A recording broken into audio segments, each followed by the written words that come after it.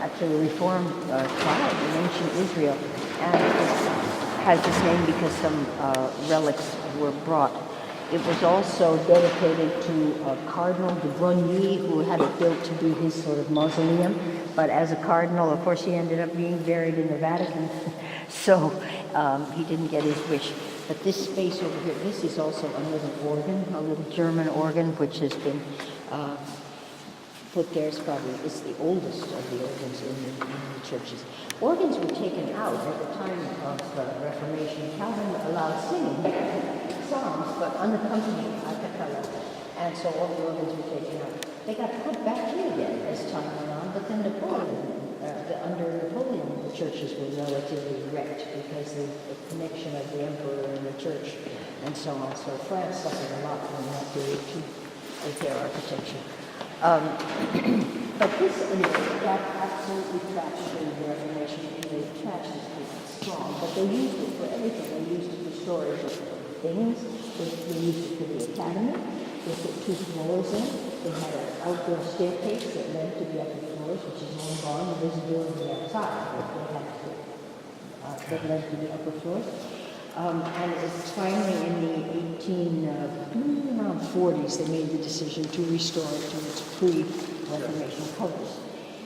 I read some very dismissive article once saying you have to look at it as a neo-Gothic monument. In other words, it's nouveau.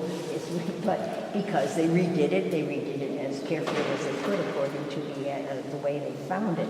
Sometimes they carefully cleaned off. They were so angry, but other times they just kind of used the place and abused it, and therefore, but that way they could see a lot more of how it used to be. But this is typically Gothic in that you have the folded linen treatment of the wood.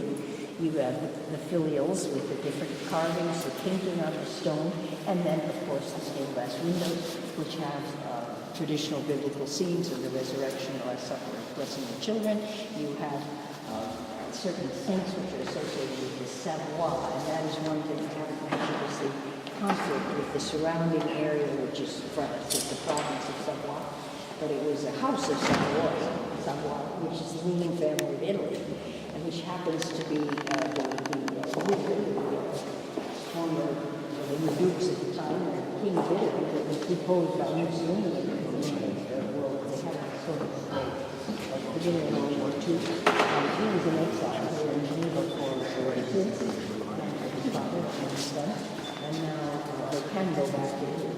But before that, the Savoy had always coveted Geneva to be their capital in the center of Europe, because they possessed the root of Italy and the islands of Sardinia, and they wanted Geneva definitely to be their capital right up here. Frequently the bishops were Savoyard, frequently the judges were Savoyard. Within this Geneva thing, it was always a bit fluid. And finally, they did decide, they did decide the Savoyards that they were going to stop fussing around and they capture Geneva. And so they planned it very carefully that they were going to put ladders at the outside of these big city walls and climb over and open up the big gates from inside and let in the plastic baskets, which was the way they wanted to climb. And so they came along with these very special ladders that they could roll up, and they thought they were being quiet, but they were wearing armor. So the armor, it must be hard to tiptoe around armor, tin cans. So a woman who was up in the night stirring her soup heard them. She opened the shutters and looked out, and what did she see but a man climbing up a ladder with a blackened face so they didn't see. And she was so horrified, she grabbed what was nearby, which was her soup kettle, pouring on his head. The alarm was sounded, the city was saved. And we celebrate this every year in December, because it was the longest night of the year that they chose to do this. And it's called the Escalade, which comes from scaling of the walls. And what's wonderful about it is that all the chocolate shops make soup kettles out of chocolate. Dark chocolate, milk chocolate, nougat, whatever you like. Fill it with marzipan vegetables to represent the soup. And you then have a party. Now, this is Reformation, don't forget. So it's kind of a combination of Thanksgiving and a little bit of a carnival undertone, but very little. But, so of course you have one at school, you have it in the office, you have it at home, and maybe 2 or 3 or 4, the football club, Boy Scouts, and you have to create these things. So you have the average menu might be vegetable soup, red, if you're lucky, and then at the end you get to have this thing called a marmite or marmite.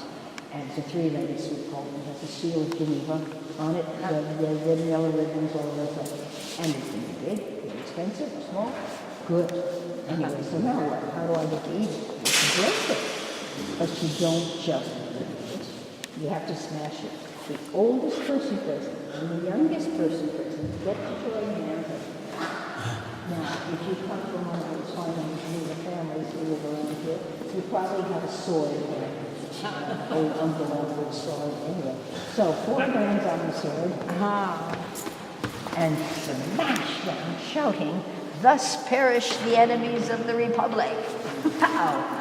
Chocolate, marzipan, everything, all directions. So it's a fun holiday, and right there in the middle of December, which was the longest night. So it keeps Christmas away from the door a little bit. But I must say we do end up eating and drinking the whole month of December, going through all these parties. Then you start the office Christmas party. Anyway, this was a very important time when they repelled the Savoyards, and this is in 1602.